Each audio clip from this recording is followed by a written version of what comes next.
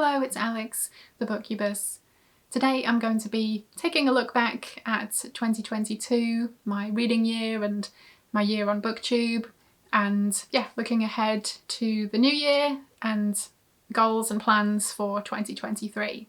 So let's start off with looking back to 2022, and I did take a quick look at my similar video that I made this time last year to see what my goals had been for 2022, to see if I actually did any of them. And thankfully I didn't have many, so I think I did okay with them. So basically my goals were to keep reading, for one, keep reading horror specifically. I didn't have a number of books goal, I generally don't do that. I wanted to keep making videos on my channel. I wanted to try and focus on reading books that I already own, and I also wanted to do a bookshelf tour video. So I think I did okay with those. I've definitely kept reading. I've definitely mostly been reading horror. I have kept making videos. I think, the previous year, 2021, was where I was having some issues. I've already spoken about it at length, so I won't bother going into details here, but I got burnt out. I got caught up in the negative aspects of YouTube and social media in general, and I also was just dealing with a bunch of life stuff all at the same time, so something had to give. I took a break and I reassessed, and I think, this year has been a much better year for me BookTube wise. I think I've managed to move past some of those negative things that were, I guess, becoming a bit intrusive to me. But now I'm just like, going with the flow as best I can for someone that doesn't really go with the flow. So, I'm doing my best, I think, and it's been a much more relaxed year BookTube wise for me. I have, taken that pressure off from feeling like I need to be putting out a video a week. And that's not to say I wasn't still enjoying and didn't want to be putting out a video a week, but sometimes it's that pressure of feeling that you should be doing it that consistently. Whereas this year, I think taking a slightly more relaxed approach to it, funnily enough, I think I probably have still been putting out pretty much a video a week, but it's just having that different mindset towards it. Not feeling that I have to do anything in particular or, on any particular schedule. If I need to take a week off, that's fine. If I need to take a few weeks off, that's also fine. I think having that mindset has definitely helped me just have more fun with it again. And like I said, not to say that I wasn't having any fun at all. Previously, of course I was, but just taking that pressure off has been, well, it seems like a very simple thing or easy thing to do. In reality, it wasn't, at least for me. I found it quite a difficult process to get through and to, come out the other side feeling a bit more positive about things. But I feel like I did it, so that's pretty great. And overall, I think this year has kind of flown by. So that's crazy. But I think back onto the note of continuing to make videos, I think I accomplished that, so that's great. Reading books I owned, I think I did pretty well on that. I'll get into stats shortly, so I will leave that for now. And bookshelf tour, well, yes and no. I mean, I did start the bookshelf tour.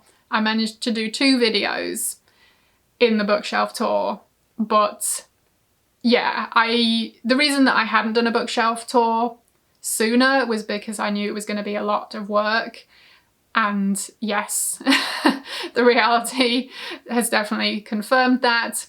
They are a ton of work, so my vision of doing like 1 video bookshelf tour wise a month was very grand, and I was nowhere close in meeting that aim. I managed 2 videos in the whole year. It was a lot to deal with. And this year I would like to carry on with that bookshelf tour series, but no idea as and when that's going to happen. It'll just be a surprise, when the next video pops up. But yeah, hopefully I can get some more of those videos out in the coming year. And I guess my major accomplishment of 2022 was getting a short story published in an anthology. I know I've mentioned this before, but yes, I'm going to mention it again. This was the HorrorTube anthology Lurking in the Dark, which was edited by the lovely R. St. Clair over at Regina's Haunted Library. So yeah, big props and big thanks to her for helming such a project and putting so much time and effort into it. The finished anthology was really good. I read it and enjoyed it, and I was just, yeah, super stoked to have a story out there in the world. That's a first for me, but I have heard from a few people who said they enjoyed my story, so that's, yeah, the icing on the cake, really, of the experience. I'm really glad that it clicked with some people and they enjoyed it. Yeah, that's really all I could ask for. So yeah, thank you to anyone who has picked up the book, regardless of my story and whether you enjoyed it or not. You know, the money does go to a really good cause for children's literacy. It's called First Book, so you know, it's supporting a very good cause, which is, yeah, the cherry on the icing on that cake, I think. So yeah, all of that's pretty awesome, and I guess that leads me on to 2023 goals, but I will leave that for a moment and move on to my reading stats for 2022. So I use both Goodreads and Storygraph for tracking the books I read. I do find that Storygraph doesn't have all of the books that I've read, so the stats are a bit off. So I'm just going to go with the Goodreads stats here. I also do keep a spreadsheet myself of all of my books read and some different statistics that I track. So, you know, I'm pulling from those stats as well. So according to Goodreads, I read 96 books in 2022, which is pretty awesome. I'm very happy with that. I don't set myself a number goal because I don't want it to influence my reading in like feeling like I should pick up, you know, 5 small books rather than 1 big book kind of thing. So really it's just a nice surprise at the end of the year to be like, oh wow, I read 96 books, awesome. And apparently that was 22,378 pages. I'm not sure how accurate that is because I feel like sometimes they don't get the right edition. And I know you can change it on the desktop version, but I use the app and you can't change it on the Android version of the app. It just selects an edition for you and you have to go with it. And half of the time it's not the right one. So I guess take the page stat with a grain of salt. But apparently my average rating for the year was 3.7, which isn't too bad. So over half of the books I read, I gave 4 stars to. So that was 56 books were 4-star reads for me. So that's a pretty great year just on that stat alone. But yeah, I read 5 5-star books, 4 4.5-star books. I had 1 1-star book. I had 2 DNFs. I did also have some star ratings in between the good and the bad. But yeah, I didn't write down the specifics, so I guess I won't mention them. Who cares? Horror was my most read genre, surprising absolutely no one. And yeah, a few other stats. So about 2/3 of what I read was vintage, so 20 years or older. And then about 1/3 was more recent than that, so within the past 20 years. I think that's pretty standard for me, so that's cool. Touching on what I had mentioned earlier about wanting to read books that I already own. So this wasn't something that I was really kind of using to influence my choices throughout the year, but it was something I was tracking just to see how I did by the end of the year. And this is going by books that I owned already at the beginning of the year. And it was actually 60% of what I read was books I already owned. So I was really pleasantly surprised with that. I didn't think it was going to be that high. So yeah, kind of without even really forcing it, I managed to do that much, which was really good. And then let's see, 25% were books I received throughout the year. So either ones that I bought myself, ones that I received as gifts, or ones that I received for review. And then 15% were books I borrowed from the library. So that would be either physical books or ebooks, or I think there was one audiobook the whole year. So yeah, I think not a bad spread, and yeah, I'm definitely happy with that 60% being ones I already owned. And I do want to try and, yeah, do at least the same again this coming year. I really do need to be reading the books I own, you know, already. A couple more stats. So male to female authors, obviously just going by those authors that fit into those binary categories, 59% male and 41% female, which, yeah, I think is about standard for me as well. I feel like there's definitely previous years where I have really tried to focus on vintage female authors, and I think because I've already read a lot of those in previous years, this year I was realising that, and I'm not saying that there aren't any more for me to read, of course there are tons of me to read, but I'm going by ones that I already have on my shelves. I come across a lot more vintage horror by male authors in the wild than I do female authors.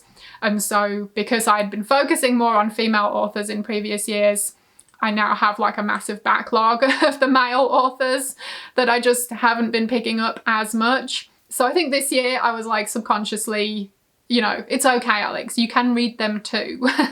So anyway, and then the last stat is fiction versus non-fiction. I read 93% fiction, which isn't surprising, and 7% non-fiction.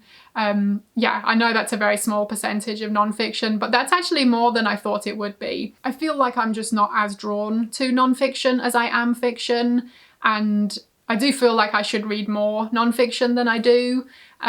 So I guess we'll see what happens this year. It's not necessarily a goal of mine or anything, but I definitely do favour fiction over non-fiction. So I think having 7% non-fiction is actually not too bad. At least it's bigger than 0. So well done me. So those were the stats, and I think, yeah, looking ahead to 2023 and my plans and goals, I guess one thing you might have noticed in my past few videos is that my background has changed.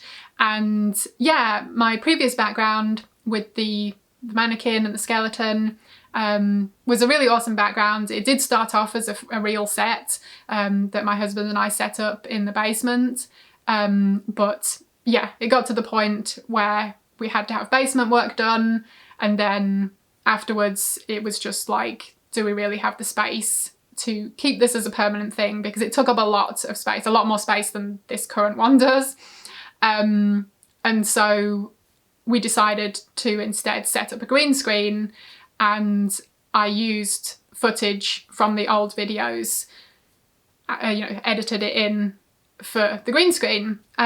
So, you know, that worked. There was definitely a bit of a learning curve for me to deal with green screen stuff, and sometimes it would be easy and sometimes it would be like a major headache to work with. But I'm glad that I was able to keep using that background for quite some time, and I still love that background. I think it's rad as all hell, quite honestly. I think it's awesome, but I was just getting ready for a change, and also, yeah, the green screen isn't without its finickiness and annoyances from time to time. So I think I was just ready for something, you know, a real set again, and yeah, just something a bit more low-key and casual maybe.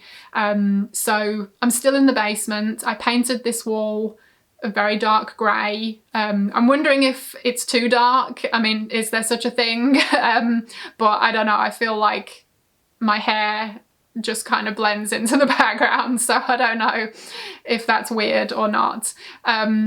But yeah, so over on the shelves here, I just set up a couple of books that I think, you know, ghosts and horror movies, two of my favourite things, I guess. I've got my ghost doily over here. I've got a little bat that Juan over at Plagued by Visions gave to me. I love him. His name is Count Rockula. Thank you, Caleb, for naming him the best name ever. And I have this illustration here, which is the illustration of my short story Titanium in Lurking in the Dark. Merce over at Harpies in the Trees illustrated my story, and I was not aware of this until I got the proof copy of the book and was checking my story, you know, just to check there weren't any major errors in it. And then I saw that there was an illustration, and I'm not gonna lie, I cried, because I don't know, it just really touched me that someone would want to illustrate my story. And yeah, the fact that it was the super talented Merce was just, yeah, it just blew me away. And I think she did, yeah, such an amazing job with it. It's quite small there in the background. I don't know if I could get away with having it any closer, because there's some nudity, let's just say that. So anyway, it's amazing, I love it, and she very kindly sent me the digital file of it, and then my husband got it printed and framed for me for Christmas, which was really lovely. So yeah, it's really awesome. It's a really wonderful illustration, and yeah, more icing and cherries on the cake of getting my story published, basically. So yeah, I just really wanted to include that in my new setup because of that. So that's that. And yeah, I know the space over here is pretty bare. There is something I want to add into that space, but it's something I'm gonna make, and I haven't had the chance to make it yet. So I'm not sure when I'm gonna get a chance, and also I'm not really sure if it's gonna turn out how I want it to, but I'll keep you posted on that. So yeah, very mysterious, but hopefully that will be a fun thing to add into the background. So yeah, fingers crossed. So yeah, anyway, that's the new setup. And otherwise, yeah, goals for 2023. I didn't really have any specific goals. I think similar as last year, you know, I just want to keep reading. I want to keep reading horror specifically, keep making booktube videos. You know, I didn't have really, you know, specific goals within those, you know, vague goals, I guess. I think the only other goal that I really do want to add to my year is to try and devote more time to writing. I think, you know, getting that story Titanium out there last year was a really great experience, and yeah, I just want to be able to do more of that. But finding the time is something that I really struggle with. You know, I work full time, I put a lot of time into booktube as well, and yeah, just other life stuff, obviously. So yeah, I'm not sure how that's going to fit in, whether that means it will take time away from booktube. I don't know. There are just never enough hours in the day to do all of the things we would like to do. So yeah, I'm just going to play that by ear, I guess, as to how it's going to pan out. And the other things that I had mentioned this time last year, bookshelf tour, yes, I would like to continue with that at some point when I have the time. And reading books that I already own, yes, I do want to continue to try and focus on that, even though, yeah, like I said, I didn't really use it to influence what I was choosing, but the fact that I was naturally gravitating to my bookshelves for quite a portion of my reading is a great sign, so hopefully I can continue to do that this year. And I'm not gonna put myself on any kind of book buying ban. I know that seems to be like a popular thing to do, and go for it if, you know, if that works for you. I think it's a great idea to, you know, read books that you have before you buy others. You know, I do think that's a great concept. It's just not for me, because honestly, one of the few joys I have in life is going to a thrift store or a library book sale with the possibility of finding some vintage horror, and I just do not want to deny myself that. But I definitely do want to be reading books that I already own, rather than just, yeah, letting them fall by the wayside. And on that note, I am going to be sharing a video probably in a couple of weeks, which is my 23 books for 2023. And so, yeah, some of those books are specifically ones that have been on my shelves for quite a while. So yeah, that'll be another good way of making sure I get to some of the books I already have on my shelves. And yeah, I think other general plans for the year, I would definitely be open to joining in readathons. You know, I do try to join in with readathons that other people host. You know, it's great to be able to support fellow booktubers and yeah, just join in with fun things like that. So yeah, we'll see what the year brings. I am hosting a scary sleepover weekend, January Blues edition, which is actually coming up next weekend. So it starts on Friday the 13th and runs through the Saturday and Sunday also. So if you want to join in with that, check out my other video with all of the prompts. And yeah, it's a nostalgic sleepover themed weekend of reading and watching horror films. So if you would like to join in, go check out the details for that. And I also have a Discord group, so you can join that also if you wish. But yeah, that should be a lot of fun. I'm really looking forward to it. I needed something to set the year off right and, you know, have something in January to look forward to. So yeah, hopefully that will be a good time. One tentative goal that I have is to try to finish reading the Point horror books. So this is just the UK ones, like the original run, you know, not the Nightmare Hall and not the Unleashed, but even just of those, I think it's over 70 of them. And I've been reading them over the past few years and slowly working my way through them all. I now have, I think it's 17 left, which if I'm trying to fit that into a year, then obviously I would need to be reading more than one a month. So it's a maybe. This is the kind of goal that, yeah, I'm not going to be mad at myself if I don't actually complete it this year, but I would at least like to, yeah, make some headway with finishing the Point horror books. I guess the end goal is that, yeah, once I've finished reading them all, I will be able to do a favourites video, which I think will be a lot of fun. And one more thing I wanted to mention was that in 2022, my channel reached 5,000 subscribers, which is quite a significant milestone. So I just wanted to say a big thank you to anyone and everyone who is a subscriber of my channel, who, yeah, watches my videos, comments on my videos. You know, the best thing about having a channel is the people that you get to meet through it. And while there's always that occasional person that you'd rather not have found your channel, most of the time people are absolutely amazing, and I've met so many great friends through my channel.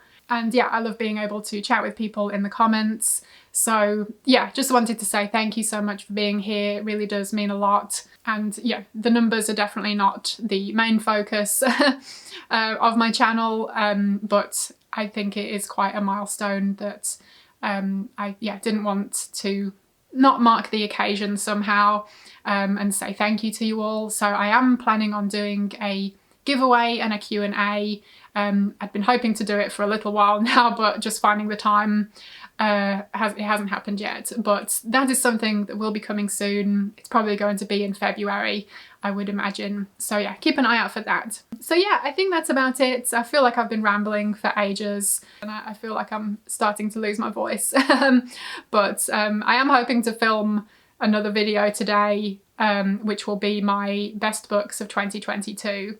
So yeah, hopefully that will be going up sometime soon, so keep an eye out for that. Anyway, enough of me rambling on.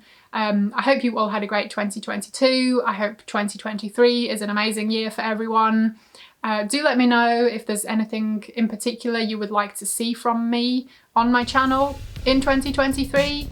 I'm, you know, open to suggestions. So that's it for now. Thank you ever so much for watching. I hope you enjoyed it, and hopefully I will see you again in my next video.